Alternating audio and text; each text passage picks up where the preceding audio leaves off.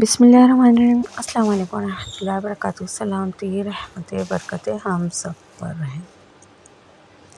सच्चों की सच्चाई मैंने यूँ दिल में उतरते महसूस की है, जैसे बुलंदी से नीचे उतरता है पानी बग़ैर किसी रुकावट के। सच्चे बने और मुखलिस रहें। अल्हम्दुलिल्लाह दिन का आगाज़ कुछ इस तरह से हुआ कि नाश्ते से फ्री हो गए थे, उसके फ़ौरन से बाद मैंने ये करा है कि ये दलिया था। अच्छा, कुकर जो होता है उसका लूज़ में भी आता है, कैन में आता है ना, तो उस तरह हमारी तरफ जहाँ से मैंने दिखाया था आपको कि जो बचत बाज़ार लगते हैं वहाँ से मैंने लिया था। और साथ ही क्या किया था, दलिया डाला है इसमें, टोटा चावल डाला है, इसको भिगो के अच्छे से वॉश करके फिर ये मैंने नमकीन दलिया बनाया था। दूसरी तरफ क्या हाल थे, क्या मामला थे, वो आप देखते रहें।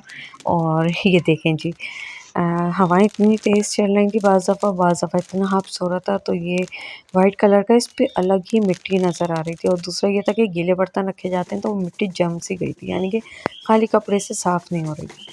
तो आज इसकी रगड़ा रगड़ाई है, रगड़ा रगड़ाई बोल के दिखाएं 10 दफ़ा कोई। तो रगड़ा रगड़ाई करनी है इसकी खूब, इसको मांजना मूंझना भी है ये भी। तो ये वॉशिंग पाउडर के ज़रिए ना इसको खूब साफ़ करेंगे और आखिर में इसका चेहरा जो निखर कर सामने आएगा ना, वो देखिएगा। बहुत ही मिट्टी इस पे जम गई थी और ये था कि करती रहती हूँ, लेकिन अब लग रहा है काफ़ी टाइम हो गया। अच्छा, इस काम के दौरान ना मैंने महसूस करा कि मेरा एक नेल जो है ना, यानी कि शहादत की उंगली से कट करते हैं, फिर राइट हैंड के राइट से ना लेफ़्ट की तरफ जाते हैं, लेफ़्ट की छोटी उंगली से शुरू करके अंगूठे पे ख़त्म करते हैं, फिर एंड जो करना होता है यानी कि कटिंग का जो प्रोसेस है नेल कट का, उसमें अंगूठा पे की भी कटिंग करते हैं। तो वो अंगूठे का मेरा नाखून मैंने गौर करा जब मैं दलिया धो रही थी, भिगो रही थी, तो उस टाइम देखा, मैंने कहा मैंने तो नाखून ही नहीं काटा है। तो ये काम क्यों हुआ था, ये इसलिए हुआ था कि वो बच्ची मेरे साथ इतना इन्वॉल्व हो गई थी कि मैं अपना नाखून ही भूल गई। खैर, वो अब काटेंगे, एक ही रह गया था। उसके बाद ये कुछ मामला थे, संडे का दिन है तो इस तरह की चीज़ें चल रही हैं। आप देखें कि मैं क्या कर रही हूँ। अच्छा, ये है ब्लैक कलर का ऑयल, ऑयल नहीं है ये भी, उसको कहेंगे हम शाइन कहते हैं यानी कि, और ये भी वाइट कलर का, और ये है सोडा। तो हम क्या आज कौन सी रेसिपी शेयर कर रहे हैं आप देखें। रेसिपी का नाम मैं आपको बताऊंगी, लेकिन इससे पहले आपको कुछ आइडिया हो रहा है तो मुझे बताएं। ये आज हम बना रहे हैं होममेड सर्फ। तो उसमें हमने क्या क्या डाला है, ये वाइट शाइन डाला हमने, ये काफ़ी गाढ़ा होता है। और फिर हम ब्लैक, उसको ऑयल भी कहते हैं और वो भी शाइन की तरह होता है, इसमें भी झाग सा बहुत होता है। कभी जब हम ये बना लेते हैं ना, तो इसकी जो शॉपर छोटी छोटी सी शॉपर्स हैं, इसको खाली पानी में भी अगर भिगोए ना तो इसमें इतना झाग निकलता है। अच्छा, इसको हमें बहुत अच्छे से इसको हमें सारी तरफ से मिलाना है और इसमें लंग्स ना रहें, इस तरह करना है, इसको बहुत अच्छे से करना है। वो लिक्विड था, वो लिक्विड जो है ना इसको ड्राई कर देगा, इस तरह सोडे के साथ अच्छे से मिलाकर हमने रखना है। अच्छा, इसमें क्या था, इसमें एक पाउडर आता है फ्रेगनेंस का, वो मेरा मिस रह गया था क्योंकि हस्बैंड साहब लाए थे, तो एक शॉपर्स बने होते हैं। बस वहाँ जाके हमारी तरफ के ये मामला थे कि वहाँ जाके हम कहें तो वो इस तरह हमें ना ये कि हमें सोडा सर्फ चाहिए तो वो इस तरह दे देते हैं और इस ऑयल वगैरह इसके साथ कर देते हैं। अब आप लोगों के लिए ये है कि आप लोग वहाँ बताएं कि शाइन चाहिए, ब्लैक ऑयल चाहिए और खाली सोडा चाहिए। और ये था कि मेरे आप झाग भी नोट करते रहे कि किस तरह झाग बन रहा है इसमें। तो मेरी तरफ का ये था कि इसमें मुझे कपड़े जो ज़्यादातर थे ना वो रंगीन थे। अगर आप लोगों को वाइट कलर के वॉश करने हैं तो आप इसको हाफ़ क्वांटिटी में ऐसा करें कि इसमें ब्लीच ऐड कर दें, सूखा वाला ब्लीच, और नेल ऐड कर लें। ये चीज़ें भी आप ऐड कर सकते हैं, लेकिन मैंने सिर्फ 3 चीज़ें ऐड करी हैं। और झाग देखें आप खाली, ये झाग है। यकीन मानें कि कपड़े भी इसी तरह इतने अच्छे तरीक़े से वॉश होते हैं कि जवाब नहीं। बस ये था कि आप इसमें फ्रेगनेंस का डाल दें तो वही वाला बाज़ार की तरह वाला जो ब्रांड का है ना, उससे कम नहीं रहेगा ये। एक उसका साशे आता है, वो ऐड कर दें इसी में। ये जो पाउडर बनाया हमने इसमें, अब ये मैं इस तरह ये कपड़े ऐसे थे कि सिर्फ बारिश में हमने यूज़ करे थे, मतलब बारिश हो रही थी, अचानक से गीले हो गए थे। फिर इनको बस जैसे जैसे सुखा लिया था, फिर ये था कि प्रॉपर तरीक़े से इनको सर्फ़ के पानी में डिप करके रख दिया थोड़े थोड़े टाइम से, क्योंकि ये साफ़ तो थे, बस बारिश की वजह से ऐसे हो रहे थे। तो वैसे मैं रेगुलर बेस पे यही वाला सर्फ़ यूज़ करती हूँ। और फिर ये देखें इस तरह हमने, अच्छा ये एक ट्रिक है, ये इसलिए भी है कि कभी इन केस लाइट गई हुई हो, लॉन के या शेफ़ून का सूट आपके पास है और लाइट गई हुई है, प्रेस नहीं हुए हुआ हो, तो आप इस तरह इसको हल्के से पानी से खंगाल लें और फ़ौरन से इसको फैला दें, तो इसमें जो सिलवटें हैं ना वो बिल्कुल क्लियर हो जाएंगी। अब मैंने तो खैर एक साथ 2 दुपट्टे, हैंगर की शदीद किल्लत हो रही थी, तो एक हैंगर के अंदर 2 दुपट्टे मैंने इस तरह करके आप झाड़ के पानी में डालें और पानी से निकाल के सुखा के झाड़ के झड़क कर आप हल्का नहीं है तो वहाँ या हैंगर पे लेंगी तो वो सलवटें सारी ख़त्म हो जाएंगी। और दूसरी तरफ था ये एक एनर्जेटिक टॉनिक, क्योंकि हब्स इतना हो रहा था पर मतलब पसीना इतना आ रहा था, बेइंतहा आ रहा था इस वक्त की, जिस वक्त मैं ये बना रही हूँ उस वक्त यही सूरत हाल थी। तो मैंने खीरा लिया, 2 खीरे लिए, थोड़ा सा पानी लिया, उसमें मैंने फिर ये करा कि ग्राइंडर में मैंने खीरे को अच्छे से पेस्ट बना लिया, पेस्ट सा हो गया था, यानी कि थोड़े से पानी में मैंने करा था। फिर उसके बाद मैंने चीनी ऐड कर ली, इसके भी मैं और तरीका बताऊंगी। फिर इसमें मैंने थोड़ा सा ग्रीन कलर का क्विस होता है या रेड कलर का, आपके पास कोई से भी फ्लेवर में रूह अफ़ज़ा, नोरस जो भी है वो भी ऐड कर सकते हैं, लेकिन मेरे पास ग्रीन कलर का था, मैंने वो ऐड कर दिया, चीनी डाल दी। और फिर अगर आपके पास कैरी है, कैरी का सीज़न था, तो आप जिस तरह हमने खीरा को हमने ग्राइंडर करा उसी में आप खीरे की वो कैरी की स्किन को रिमूव करके वो भी ऐड कर सकते हैं। अब मैं नींबू डाल रही हूँ उसमें, 1 नींबू काफ़ी था हमारे लिए ना। तो अब ये चीनी को हम अच्छे से हमने इसमें घुला लिया और फिर नींबू डालें। ये इतना एनर्जेटिक है कि वो जो आपकी डिहाइड्रेशन है ना वो सारी कवर कर लेता है। अच्छा ये कि बच्चों के वेकेशंस चल रहे हैं तो इतना शोर गुल हो रहा है, इतना शोर गुल हो रहा है, क्योंकि मेरे रूम में इतनी क्लियर वॉइस आती है बच्चों की, क्या बाइक जा रही है उसकी, क्या टिन डब्बे, क्या हर एक की।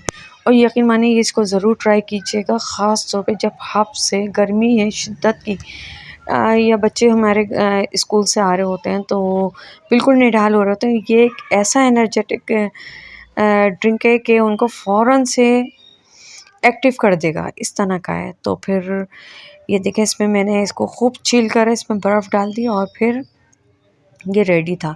ज़्यादा कुछ नहीं था, सिर्फ खीरा लिया हमने, इसमें चीनी लिए, लीमू है तो लीमू ले लें, कैरी है तो कैरी को ले लें, और अगर आप चाहें तो इसको कद्दूकश भी कर सकते हैं।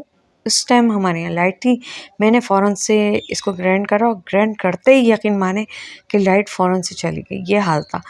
खैर ये पी के बच्चे काफ़ी एक्टिव हो गए थे, वैसे माशाल्लाह से चल रही थी उनकी कार्रवाइयाँ, लेकिन ये था कि ये पीते ही वो माशाल्लाह माशाल्लाह से काफ़ी एक्टिव हो गए। फिर ये था कि गर्मी तो थी, हफ्स भी बहुत था, मैंने सोचा कि मौसम में रहते हुए मौसम को एंजॉय करते हुए आपको दिखाऊं कि ये किस तरह नज़र आ रहा है। तो ये मैं ऊपर ले गई थी, कुछ इसके शूट्स मैंने पिक्स ली, और उसके बाद ये पीते ही मौसम का असर इस तरह हुआ कि अचानक से घटाएं आ गई, बिल्कुल काली घटाएं आने लगी, और थोड़ी देर बाद ऐसी तेज़ हवाएं चली हैं, उसका अंदाज़ा आप लगा लीजिएगा कि किस तरह आंधी आंधी की तरह हो गया था। ये देखें किस तरह की काली घटाएं हमें, यानी कि हमने वो एनर्जेटिक ड्रिंक पिया, वो टॉनिक पिया, और उसके बाद ये देखें ये बल्ब हिल रहा है, इससे अंदाज़ा लगाएं, और दरख्त के पत्तों से अंदाज़ा लगाएं। शॉपर जो होते हैं ना, खाली शॉपर जो रोड पे होते हैं, वो उड़ रहे थे, इस तरह का था। एक टाइम पर तो मुझे भी डर लगने लगा था, बस ये था आयतल कुर्सी पढ़ते हैं या जो मुंह में आ रहा होता है, अल्लाह का नाम ले रहे होते हैं, दुआएं पढ़ रहे होते हैं कि अल्लाह ताला अपना रहम करे, अपना करम करे। हम लोग तो फिर भी घरों में बैठे हुए हैं, जो लोग बाहर हैं अल्लाह ताला अपनी हिफ्ज़ अमान में रखे, क्योंकि बहुत से इंसिडेंट इस तरह के इसी तरह के हालात में हो जाते हैं कि कोई साइन बोर्ड गिर जाता है, कोई दरख्त अचानक से गिर जाता है, तो बस अल्लाह अपने करम करे हर एक पर। खैर इस तरह की घटाएं आई, और घटाएं आई तो फिर बरसी भी, और फिर बरसी तो ऐसी बरसी कि अल्हम्दुलिल्लाह के मौसम काफ़ी खुशगवार हो गया था। लेकिन इस दफ़ा मैंने बच्चों को नहाने नहीं दिया।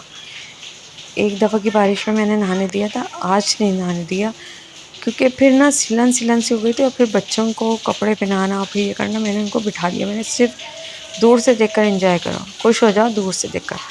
तो ये तकरीबन आधा पौन घंटे की भी बारिश नहीं थी। उसके बाद क्या हुआ था, ये हुआ था, ये हुआ कि हमारे यहाँ पिज़्ज़ा पार्टी हुई थी, फ़ास्ट फूड पार्टी करी थी, बर्गर्स से ये थे। ये सैटरडे नाइट का था कहानी।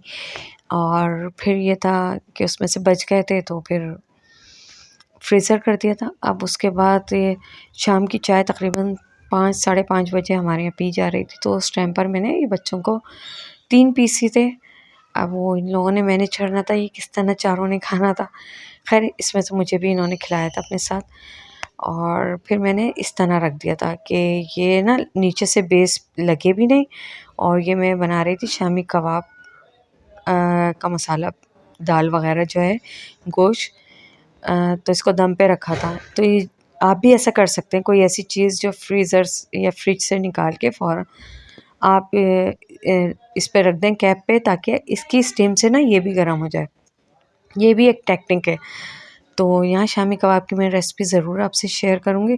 दूसरी तरफ चाय बन रही थी, चाय के साथ यानी कि टी टाइम इस तरह हुआ था कि इन लोगों ने ये पिज़्ज़ा खाया था, और शामी कबाब बन रहे हैं। शामी कबाब जब हो जाएंगे तो इसकी रेसिपी भी आपसे शेयर करूँगी। अच्छा ये था कि बच्चे बड़ा शौक़ से फ़ास्ट फूड खाते हैं, और बस यही था, कभी कभी ऐसी पार्टी भी हो जानी चाहिए घर में बच्चों के साथ। मंथ्स में वीकली तो नहीं, खैर मंथ्स में ही होता है ये। और ये मौसम की सूरत हाल यहाँ से अंदाज़ा लगाएं कि हल्की हल्की फुहार में किचन से भी देख रही थी, और बार बार बच्चों को भी नोट कर रही थी कि कोई गीला ना हो जाए। और मैंने फिर उसको कैप लगा के हल्की सी स्टीम में हो गया था। ये देखें अच्छे से गर्म हो जाते हैं। आप लोग भी कभी कर लिएगा, कभी शामी कबाब हो, कुछ चीज़ आपने रखी हो दम पर, तो उस तरह आप आराम से कर सकते हैं। इससे ये होगा कि नीचे के जो बेस है ना वो हार्ड नहीं होगा। डायरेक्ट चूल्हे पे रखने से बेहतर है कि इस तरह करें। तो खैर हमने रात को सैटरडे नाइट खूब इंजॉय करी, बच्चों ने तो मज़े ही आ गए उनके। और ये भी एक तरह से बहुत बेहतर है कि बच्चों को ले जाकर वहाँ खिलाने से बेहतर है कि घर में आप डिलीवरी करवा लें, तो बड़ा सुकून से बच्चे अपने घर में खा लेते हैं। और उसके बाद घटाएँ आईं, बरसियों, और उसके बाद मौसम इस तरह से निखर गया था।